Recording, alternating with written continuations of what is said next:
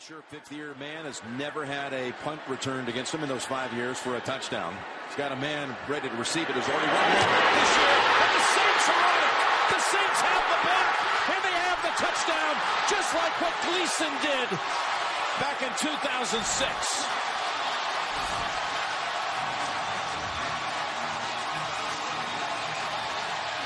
Michael Mauti makes the play. This is Michael Mauti, and you're listening to the Big Easy Sports Talk podcast.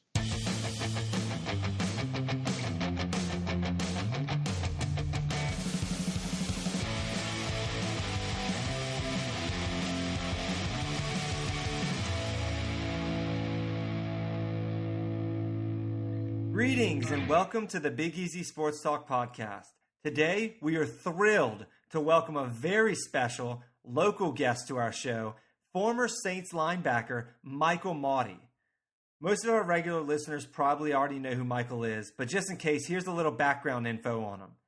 Michael Mauti played high school football at Mandeville High. He was ESPN's number 3 inside linebacker prospect before enrolling at Penn State University.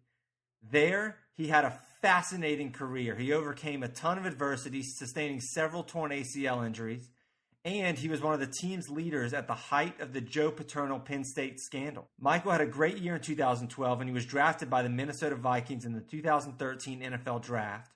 And in 2015, he was released by the Vikings, and he signed on with the New Orleans Saints. A year later, he became the Saints special teams captain and made one of the most iconic and memorable plays in Saints history, before ultimately getting diagnosed with ulcerative colitis, which required surgery and made it extremely difficult for Michael to play football.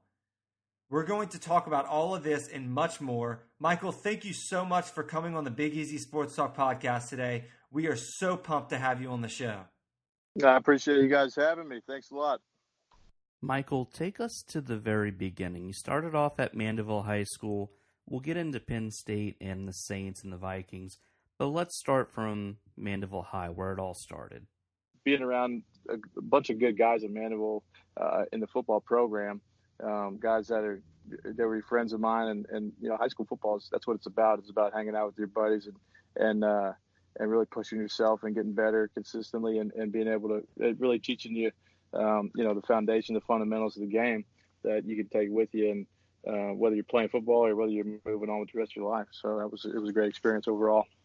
Michael, your father, Rich Mauti, and your brother, Patrick Mauti, played for Penn State, just like you did. And I'm curious, you're talking about receiving these offers to play college football. Were you ever considering going anywhere else but Penn State? Did you have any other enticing options on the table, or were you always going to follow in your family's footsteps? You know, it was quite the opposite for me. You know, I always wanted to kind of do my own thing, and so for that reason, I really didn't look at Penn State early on.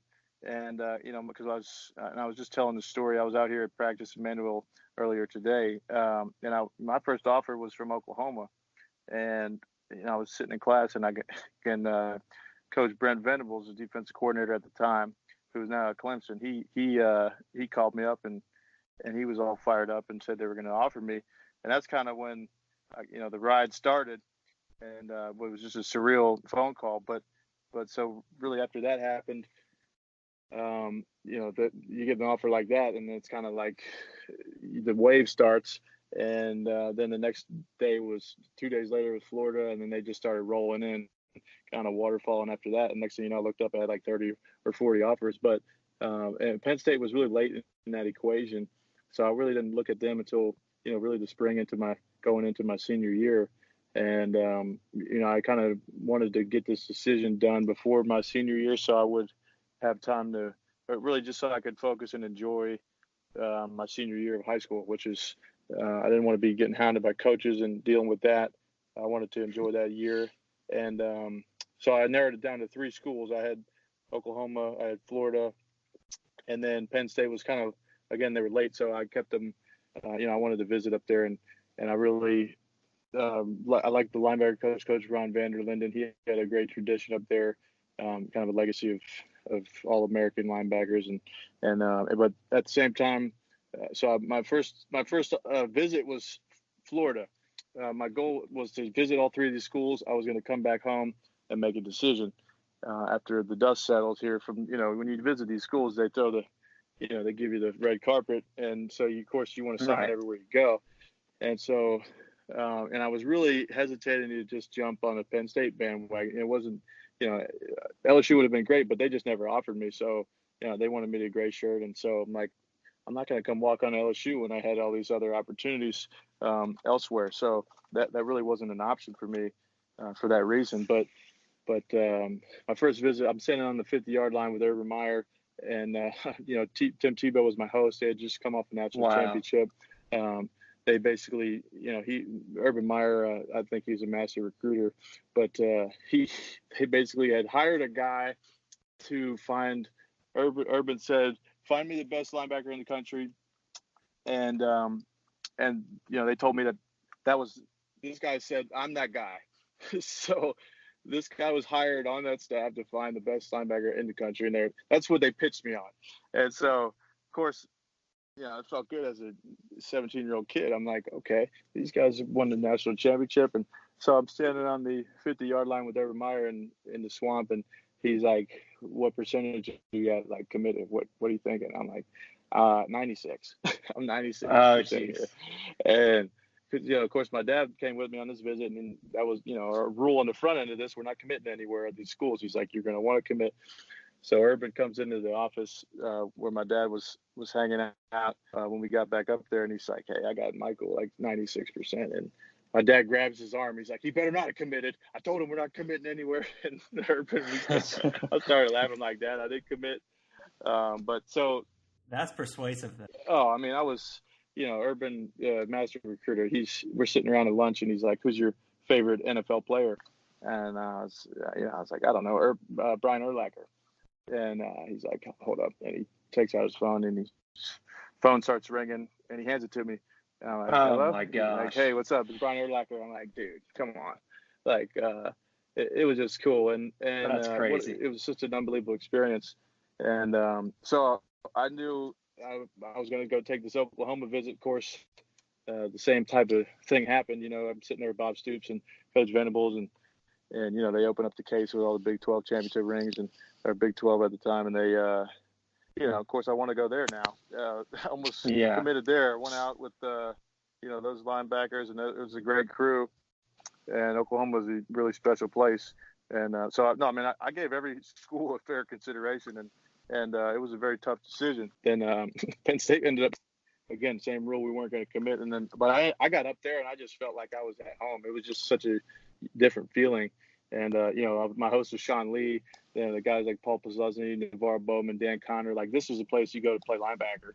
And, if anything else, it would give me the best opportunity to get the fundamentals, technique, so that I could give myself the best opportunity at the next level.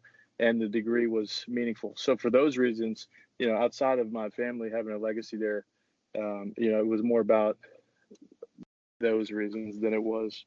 I didn't have any preconceived or predetermined decision to do that. So that's and I ended up committing while I was up at Penn State, just because I knew in my heart that was the right place for me. So. Yeah, man. And I know it was hard just being there and missing so much time with the 3 ACL tears. Most people don't have one, but you had 3. How do you go about that, after the third one? Does it become more of a psychological thing more than the physical? And, what was your recovery type of situation? And was there ever a point where you said, I don't know if I want to do this anymore? Yeah, there was plenty of those points. But really after the first one, each one was a little bit different. And they kind of adjusted my expectations that way. But I always knew I was good enough to play football at the next level. And that was kind of I was chasing the dragon, the unicorn. But sometimes it felt like a mythical thing that I could never get to because of those things I was going through. But it was myself. I played as a true freshman at Penn State. I was playing in the Rose Bowl against Mark Sanchez. Of course, we got torched that game, but I knew from early on, I was going to have success there. It's just a matter of staying healthy. I go into my sophomore year, and I'm starting at Mike, and the Will is Sean Lee, and the Sam is Navarro Bowman. Wow. That's it's an two incredible all-pro guys. linebacking core there. Yeah. Yeah, and so it was training camp, and I tore my ACL for the first time, and that definitely, looking back, that would have been look, if everything would have played out the way you draw it up, that would have been a heck of an opportunity. But ended up coming back from that and really learning the process, and then it wasn't until my junior year, really my fourth year, I was we had played. I was really feeling good about where I was going. I was going to leave after that year to go to the NFL, or at least declare. And then because we had just played Alabama at Penn State, we were like a top 5 defense. Me and Gerald Hodges were the starting linebackers. We were both, going to go out. But I was, I remember after that Alabama game getting a call from Drew Rosenhaus, and I said, okay, maybe that this is how this is going to go this year. Like, I'm out. And then right. The game. And for those of you who don't know, Drew Rosenhaus, one of the premier prominent NFL agents. So the fact that he's calling you already, that's a really big deal. But go on, Michael. So I felt I was feeling pretty good about that, where I was at, and then so of course the next game I tore my left ACL, which was a big blow. So that part, my second was probably the easiest, only because I knew exactly what I needed to do. I knew the process, and I could mentally wrap my head around the fact that I had some defective ACLs and I'm going to fix them and they're going to be fine. Right. And then I worked on some inefficiencies with throughout my body and the kinetic chain and everything else. I could do 3 hours on ACL rehab and reconstruction, but I'll spare you. But when I came back from that, I felt like I was at peak. I felt like that was as good as I had felt in my career, and I came into the 2012 season, kind of preseason all whatever, which doesn't mean anything. And of course we went through all that stuff with the scandal and the NCAA sanctions, which are unprecedented, and anybody could leave and all that, which we can get into. But basically, had it all. Was an All-American that season, a Big Ten linebacker of the year. But the second to last game my senior year, I remember going into that game. I was Coach O'Brien, our head coach, was. My grade was like a second round grade to come out. So I mean, everything was working out, and then I ended up, I had a chop blocked, and then ended up tore my left ACL, MCL again. Which I always told myself I could do 2 rehabs, but if I get another one, I'm hanging it up. And so for a couple of weeks there, I was done. I was like, I'm not doing this again. This is crazy.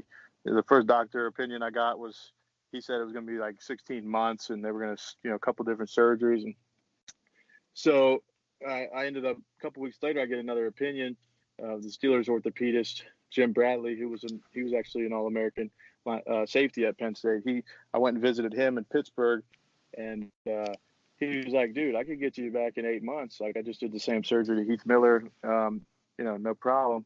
And so I'm thinking, okay, maybe I got a shot at getting back. Like, maybe, the ride home was a little bit different than the ride up there. I was talking about maybe wanting to go in the FBI and doing some other things. And then now all of a sudden I could kind of see a light there, a little crack at the end of the tunnel. So I knew I just didn't want to regret it, given the fact that, look, I was good enough. I mean, it wasn't, it was like me and the top 2 linebackers was Manti Te'o was, of course, and then it was me, so like that, we were the guys coming out. And so I knew I was good enough. That's kind of what I always just wanted to get to, that level and prove myself. So, of course, I worked back to get as healthy as I could, went through the combine with the bum knee and all that. And, but Minnesota gave me an opportunity, drafted me in the 7th round. Of course, that last injury cost me a few bucks, but, then from then on was just all about trying to prove myself that I could play at that level. And ultimately was able to. So, just one heck of a ride. Yeah, absolutely. I mean, you showed a lot of perseverance overcoming those injuries, and you had a great, like you said, you had a great year in 2012. You were named first team All-American. You won the Dick Butkus Fitzgerald Award, which is awarded to the best linebacker in the Big Ten. And kind of talk to us what all of those awards after your setbacks really meant to you. Well, look, it was just a lot of blood, sweat, and tears went into that, and ultimately, I knew the caliber of player I could be. My body was just breaking down in ways that my body was just betraying me, is what I felt like at the time. The last injury was kind of a freak deal, contact type of situation. Right. It wasn't like a mechanical malfunction, I would like to call it, but biomechanical, whatever. But those things I was very proud of, because I spent I basically spent 10 years thinking about it. I wanted to be, my goals as a sophomore in high school, I wanted to be an All-American high school, and I wanted to be an All-American college, and I wanted to be an All-Pro linebacker. That was my goals for myself, and I got 2 out of 3, and I think and a lot of those reasons that I wasn't able to attain, those were out of my control, and that's just wasn't in the cards. So, but just trying to do the best with what I had, where I was at, and making the most of those opportunities. But it was a lot of hard work for sure. I was very proud of those things. Michael, Penn State became the center of a controversy in 2011 with the Joe Paterno and Jerry Sandusky scandal. You really showed a lot of leadership by staying and getting people to stay at the program. You really had to grow up on TV doing that press conference. Tell us a little bit about staying at the program and what it meant to you. Yeah, it certainly was a controversial time. You talk about getting a crash course in crisis management as a 20-year-old, 21-year-old kid, in 2011, when they basically fired Joe, and like on a Wednesday, we're about to play Nebraska on a Saturday, and just total crisis mode. It was a mad scramble. We had some coaches just totally broken up about it, locked themselves in their offices for like 2 days. It was nuts, but that kind of that got us prepared for the following year, which was, our senior class had really, that were juniors at the time. We went into 2012, like we had 35 seniors. So we had all been together 4 or 5 years now, and we were a tight group. But basically, on a Monday, the Mark Emmert says anybody can leave now. You can go anywhere without sitting out a year. And not only that, but any other school can go above 80 scholarships and take you. So it was almost like it became this meat market. On Tuesday morning, I woke up and I had 50 calls, text messages. I had offers from every school, basically. And there was jets sitting by noon. There was jets at the airport, essentially saying, Mike, come on, you're a starting linebacker. Come down and visit us, or, from XYZ schools. I could go on the list naming them. But that was, just out of principle, being in that situation, knowing what kind of people we had in that program at the time, none of them having anything to do with what happened, and now having to deal with the disciplinary actions, based on somebody that was either dead or in jail. That's kind of the way I looked at it. Now this is affecting me personally. It just didn't seem right to me. And so, and was that your main message to people who were thinking about changing teams or potential recruits? Well, it was to me, it was just something that I believed in. They had, Mark Emmert had basically announced on national TV that our culture was one that fostered, these things to happen, and essentially that this was deserved punishment. This is light, or whatever it was. I don't know what he said exactly. It was kind of a blur, but I just knew I believed in what we really were, and I lived it. I was raised that way. My dad was raised that way. So there had been thousands of alumni that came before us that were doing things the right way, and there was a legacy there that was very important to me, and I believed in it. And so for those reasons, we shared with, once I kind of got the romance out of the picture, that took about 15 minutes. I was like, yeah, oh, this feels pretty good. I got like all these coaches calling me. Well, no, like if I was getting hounded, then everybody else was, and sure enough, that was the case. So, look, by 1 p.m. on that Tuesday after the announcement the day before, we had a list of 40 guys, at least 35 guys that were gone. They were leaving.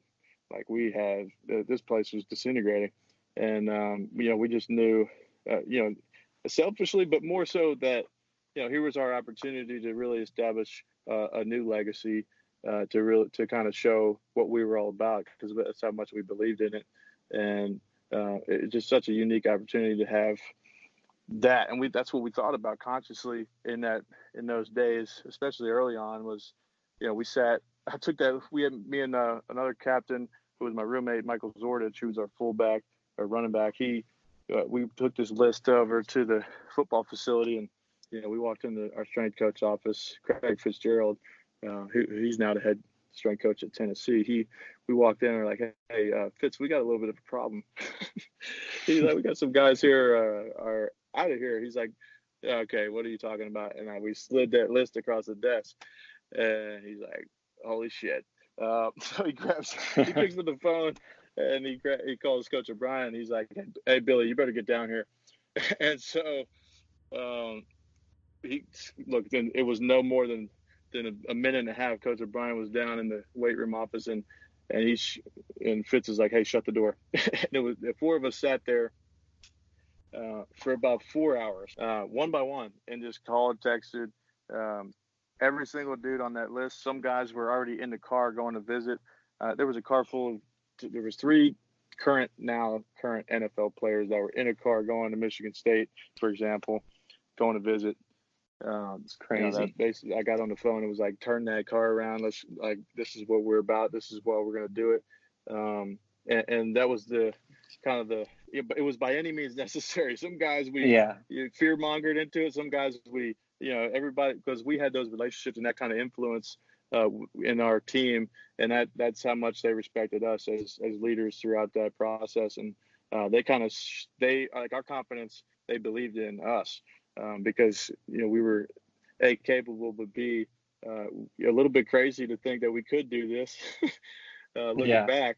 But I mean, look, there's like 6, 7, 8 current NFL players that were gone, that are on NFL rosters right now that were back then jumping ship, and not jumping ship but they were making the best decision for themselves in their career. Everyone had to, but at the end of the day, we had to just, we'd take the time every day to kind of, and each day for about 2 weeks, we basically had to we met with the underclassmen, like, hey, listen, you don't have a bowl game. We can't go to a bowl game for X amount of years, but, your college experience, you don't come here just for the bowl games. Here's what else you can get out of this experience, and here's why, because these kind of relationships and this network, it means something, and it's unique in that way. It's not just about that. So we knew that those guys had a tough decision, because they were going to go, this was we had 35 seniors. We were going to be a good team. We knew that. But, with 3 years down the road, you got 50 or 40 scholarships. I'll forget whatever number it came down to. But that's when they were going to have rough years, because they don't have the depth. And so, the fact that they didn't have a losing season throughout that period of time was a credit to Coach O'Brien and the staff and really the kids that stayed around and believed in it. And it's also a credit to you, Michael. I mean, you were a very special part and prominent part of that.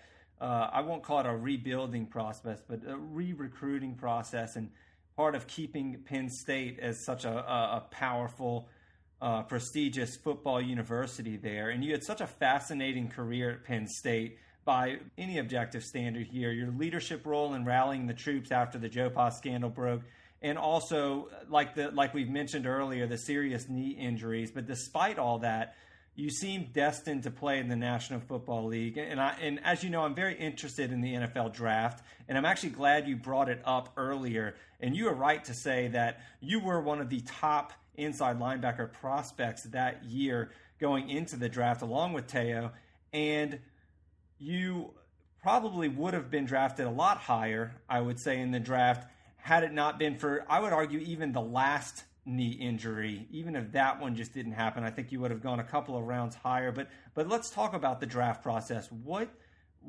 teams did you visit with leading up to the draft? What teams showed interest in you? Yeah, I mean, there was a couple teams. I knew I didn't need 15 teams to be interested. I just needed one team. That's all, right. that was my goal. And I knew, given my situation, the fact that Jim, Dr. Bradley had done in my surgery in Pittsburgh, that at least they knew exactly what they were getting because he did the surgery. They trust him, and he's a very reputable doctor around the country and around the league.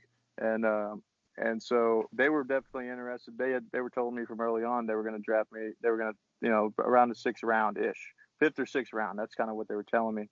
And so, I kind of had a little bit of other interest in, a little bit New Orleans, a little bit Pittsburgh. That's kind of it. I mean, I had some conversations with my agent. We really just didn't know.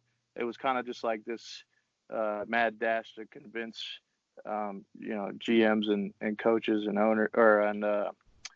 scouting guys that I was good and I was going to, make my best effort to get back on the field. So I just needed one guy to take a shot at me. I knew it was going to be later in the draft. So I went up and visited the Steelers. Felt like that visit was good. And so even like a week up until the draft, they were like, we're going to take you in the 5th round. And okay. So I was like, sweet. All right, I'll take it. Let's do it. And, of course, 5th round comes and my name's not on the screen. So I was like, okay, let's adjust my expectations. Every time the phone rings, of course, your heart sinks and there's 50 people at my house ready to just explode. Yeah, I was just about to ask you to set the picture for us. Get the mood going for us. You're at your house watching it with your family and a lot of other people. Yeah. So, this is the day that I had, the day you dream about. Of course, it wasn't the type of, my vision was sitting in New York City, being in that, first couple rounds or night 1 or 2. It was the last day. Now I'm sitting there. But regardless, I'd worked so hard to get to this point, and I was just, to have that experience was a day that I was just soaking in every moment. And so I had all my family and my friends there, and so, after the 5th round, I walked out of my house. I was like, I got to get some air. I took a walk down the street and, of course, there's a big party in my house, but, kind of just tense. It was just tense. That's all I can say. Everybody just wanted so badly to celebrate, and they all knew how hard I worked and to get to this point. But so I'm down the street, and, linebacker coach I get a call from Green Bay, and I'm like, oh, Green Bay, here we go. And so it's the linebacker coach, and he's like, hey, just seeing how you're doing. And I'm like, you're just seeing how I'm doing? What do you mean, how am I doing? Like, oh my gosh. Like, what? He's like, oh, we're pulling for you up here in our war room. I'm like, all right. Wow. Listen, I appreciate it. But, so, like, there was a few of those, but, hey, we wanted to get you to free agent. If this thing's over, like, just, I want to work with you. We just had the draft, and for those of you who don't know, that's a huge part of the 7th round. Is that a lot of these teams, when they know that they can't draft a player, there's going to be a lot of people on their prospects on their draft board who are still available after the draft. So a lot of the 7th round teams are actually preparing to call a bunch of free agents who are now going to be kind of recruited like they're in high school again by a bunch of colleges, where teams are calling up, all kinds of players, and then all of a sudden, all these players who weren't drafted, the silver lining is they have a bunch of options to go work out for teams. I mean, it's not the same excitement, of course, but at least they have their choice between multiple teams usually. So Michael, we're getting to the 7th round now, and I guess at this point you're getting really nervous. What happened when Minnesota called? I'm way down the street now, and get a call from Minnesota. I don't even know what pick it is, and I'm like, I pick up the phone. Hello, this is Mike Singletary. How you doing, Mike? How you doing? I'm like, oh, Mike Singletary. I'm doing okay. How are you doing? Better now. He's like, listen, we're gonna just wanted to call you. Ready to be a Viking? And I mean, I just had like chills go down my body, even just now thinking about it. But I was like, well, I think that sounds good. I wear whatever color you want me to wear. I appreciate the opportunity, blah, blah, blah. And he starts talking, and I don't remember what he was saying, but I'm sprinting now up the street back to the house. And I'm trying to just keep my breath under control. Yes, I'm like, yeah, I got you. He's like, you hear me? So I'm sprinting. And so, of course, everybody is on the porch waiting to see what's happening. And I'm like running, fist pumping up the street. And Kurt Hester was standing on my front porch. I'll never forget. and he has a bottle of whiskey in his hand, and he's a strength coach at La Tech now. But the guy I've trained with my whole life, and and awesome, just a wild man if you know him. But but an expert in his field. But anyway, he screams at the top of his lungs. He's like, "We're going to Minnesota!" So my house erupts, and somebody grabbed the PA thing and they're playing like the Minnesota fight song. And it was like, "Skol Vikings, run up the score." It was that one that Skol song. And we played that on loop for like 3 hours. And we were drinking very, very expensive whiskey out of red Solo cups for the rest of the evening. It was just celebration, man. It was that type of experience was unbelievable. So once in a lifetime.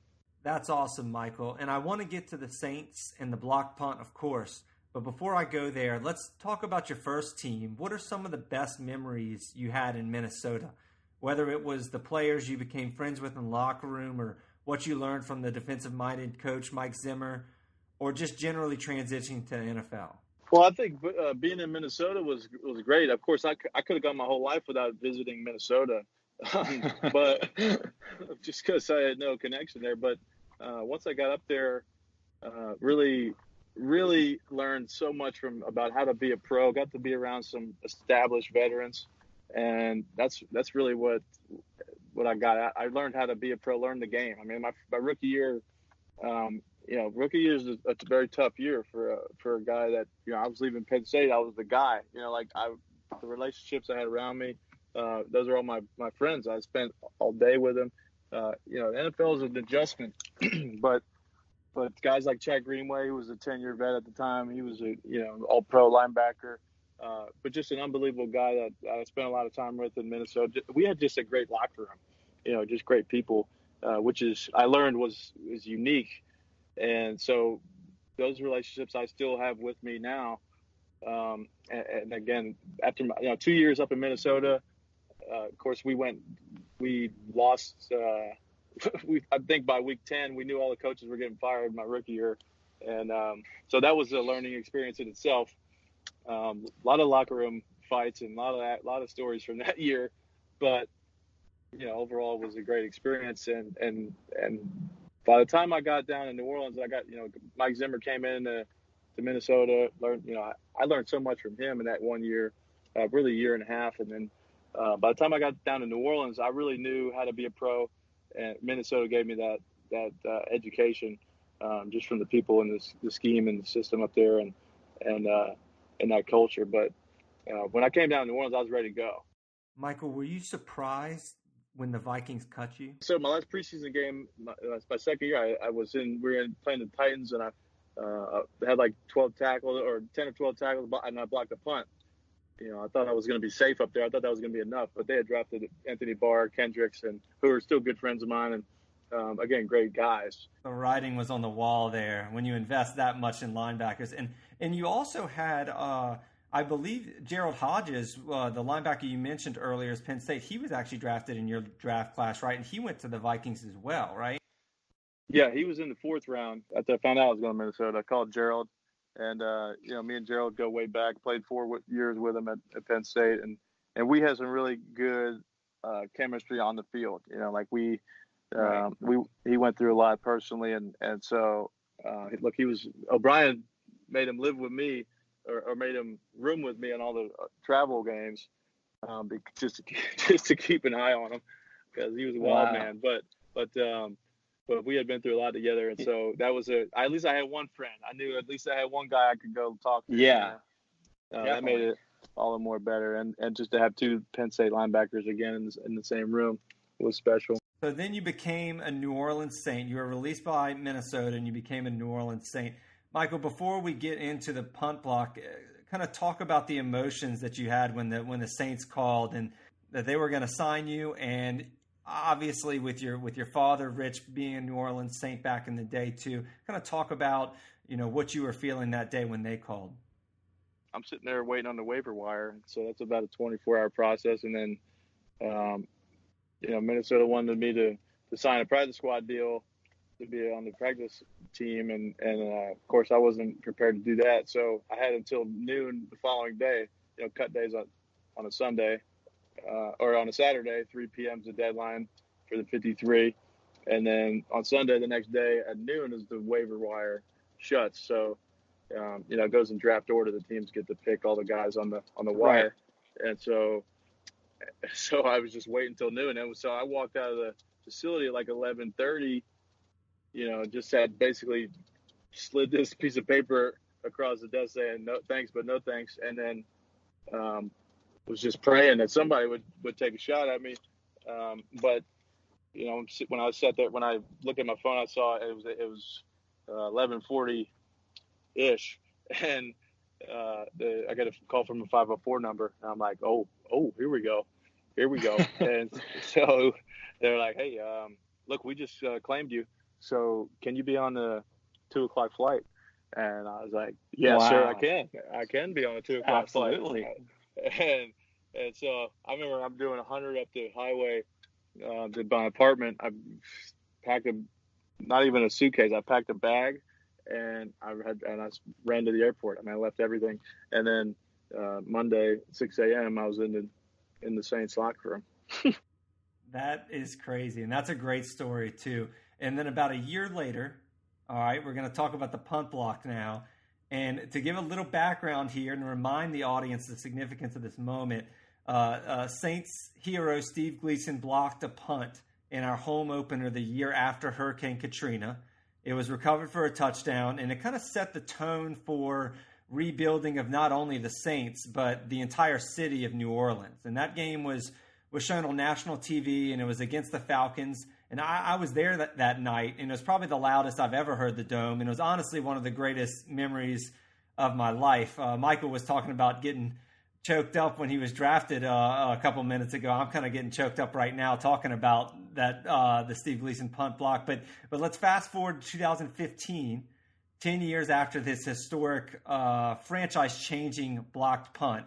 And it's a primetime game against the Falcons again. And it's also special because Steve Gleason, who's now a hero, he was there that night to be honored for this play, right? And Michael, talk about this punt block, if you will. Kind of take us through it.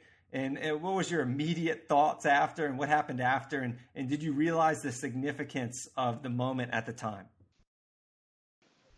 Ooh, yeah, that's well. I was at that game too in 2006 as well in the Superdome, which was still to this day the most electric football Absolutely. environment I've ever been in, and I was a spectator. But and I watched Steve growing up and idolized him. But I had visualized that play so many times, and for 3 years I was playing special teams, and you're always looking all week and all season to figure out how you can block a punt. You make a game-changing play on special teams, and so every night I'm laying in bed, that's what I'm thinking about. And so when that happened, I didn't realize the significance. I didn't realize the stage, I guess, because for me, I was so locked in to what I was doing, and I was in that flow state. I guess you could say I was. People say like those things happen in slow motion. Like that's exactly what happened to me. But probably because I just visualized it so much, and it was just a natural thing. But I didn't even know Steve was there because, of course, we're not there for the pregame and all that. But I still don't really fully appreciate it. I try to as much as I can, but over time, it kind of, that's literally. That was the pinnacle moment of my career as far as the high point. But those things. Yeah, I didn't sleep that night. That's the one right. Time I was so jacked up. I'm sitting there when I got to my phone after that game, and I realized, wait a minute, this is Thursday night. This is the only game on TV right now, and so that stage, it's not like if I would have done that on Sunday, a little bit different. There's a lot going on. Everybody's playing. All my people, all of my friends that are around the league. This was Thursday night, so the stage was a part of it. So it was the biggest play on the biggest stage. Yeah, you probably had about 500 text messages. I did. I don't know how many it was. It was over 100 though. And, but the first couple was Chad Greenway, it was Audie Cole, Anthony Barr, Ken. It was all those guys at Harrison Smith. Right. Those guys, they were like, we used to watch. I remember I would be at Harrison's place with the Andrews and Dejo and those guys, we'd watch Thursday Night Football at their place. So I knew exactly what they were doing. And that's kind of when I realized, like, man, my boys are up there watching this game, and I can imagine their reaction when that happened. And then, of course, over time you hear, everyone else's reaction, where they were when they saw it or heard about it. And man, it's just such a unbelievable experience. And really, the guy didn't block me. So right. I forget Eric Weems, I think his name is. I played against him a few times. No, I mean, it's not like he was a longtime veteran. He knows what he's doing. It's not like it was his, but it just happened to be. Look, and I've been on. Now I haven't gotten a punt blocked on my account, but as far as from a protection standpoint, but look, those things happen. It's football, and he had a great, unbelievable career. Yeah, I'm not calling him out. He didn't block me. Yeah. It's not like I did anything special. It's just that he didn't block me. So, but again, you're in the right position at the right time, doing the right thing, and then good things ultimately happen. That's kind of the way I look at it. So, but really special. Michael, if you recall, we had a fishing trip with our fathers scheduled that weekend. Like, that was a Thursday night game, and it was that weekend after you blocked the punt. And I remember texting my dad afterwards saying, "Oh, well, there's no way Michael's coming with us now. I mean, he's a nationally renowned, famous celebrity now." My dad said, "Oh, yeah, he's definitely out." But we were able to go fishing, and it was a great time. But I remember you telling me then, when my dad asked you about it, and I remember that you did see something on film that, in terms of the Falcons' protection there, that you were able to exploit. Was there something to that? Oh, absolutely, yeah. I mean, we look for ways every week, and we think we got something drawn up and something that's going to work, and it's going to work great. Yeah.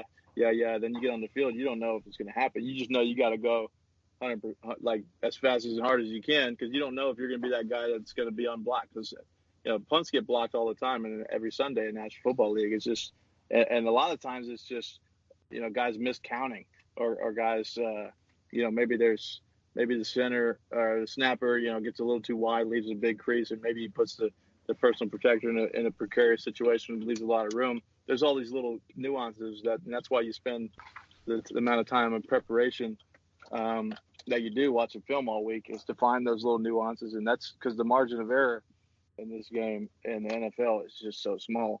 So, right. And a play like that can change the whole course of the game. I mean, Sean Payton gave this the statistic. I remember after that game, it was like if a team blocks a punt for a touchdown in the course of a game, your chances of winning are like an 80 percentile range.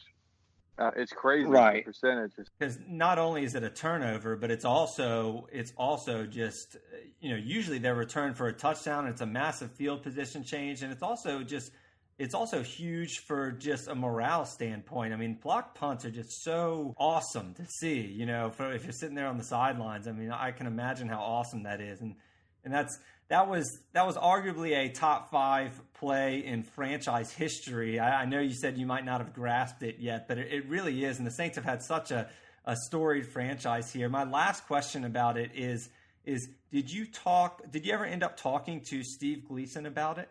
Yes, we. He would come to the facility, pretty often, and the lunchroom or whatever. And yeah, we had talked, and we would text back and forth a little bit.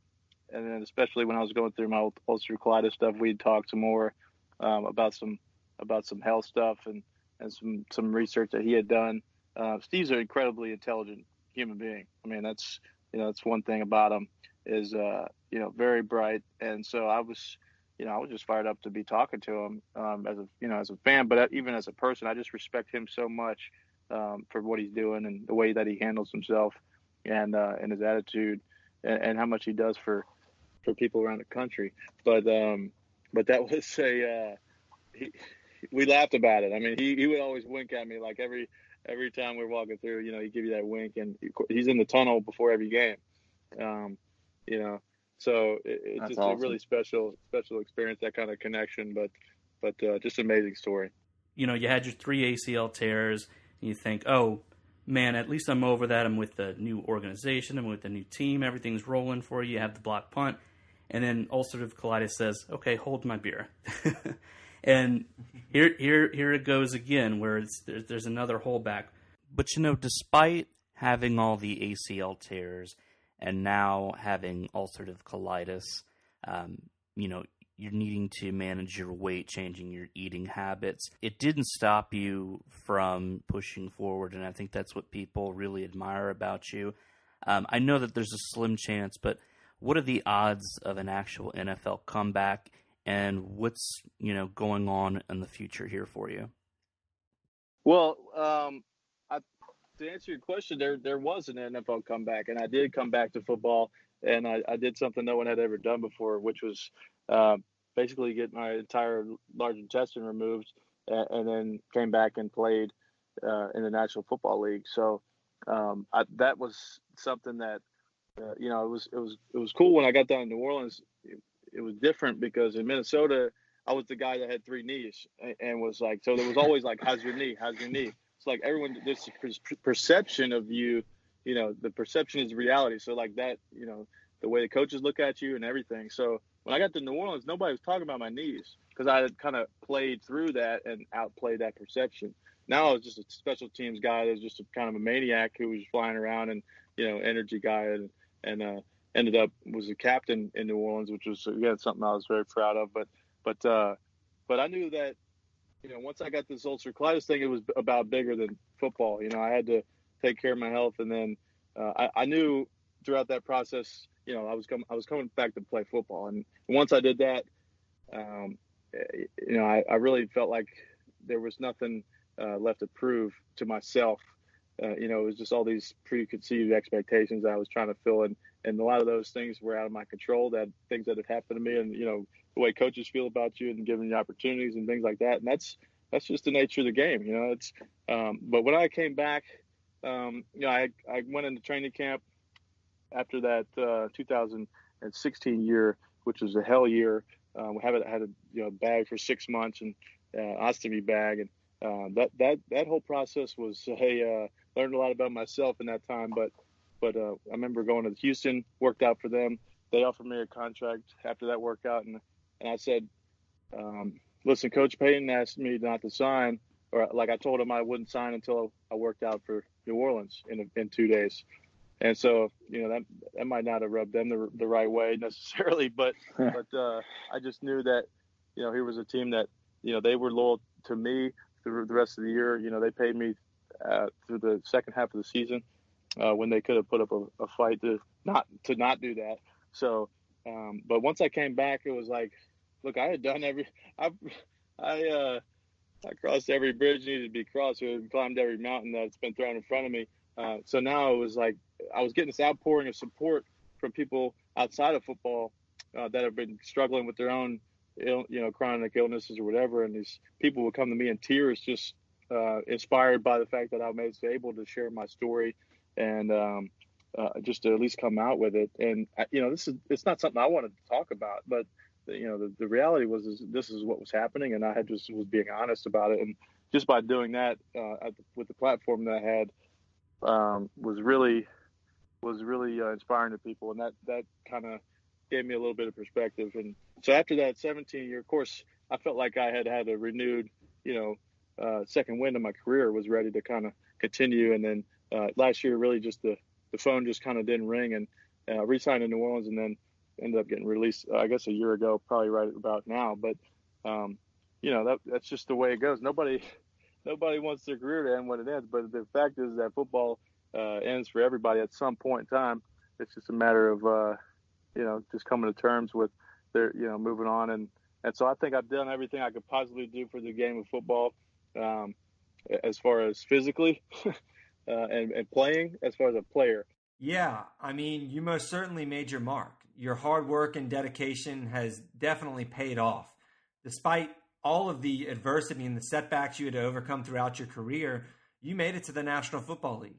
And you were a team captain, you're a leader, and you're also a local legend and hero to hundreds of thousands of people now. And you made one of the most special and iconic plays in Saints franchise history, and that's something you most definitely deserve. Michael, we wish you the best of luck in the future. Thank you so much for coming on our show today. You are incredibly candid, and you're always welcome back to the Big Easy Sports Talk podcast. That's going to wrap up this week's episode. Remember, you can follow us on all social media at Best Podcast NOLA, and you can become one of our best friends by subscribing to this podcast and giving us a great rating on iTunes. We'll be back next week. Tell all your friends, who dat? Man, what an awesome interview.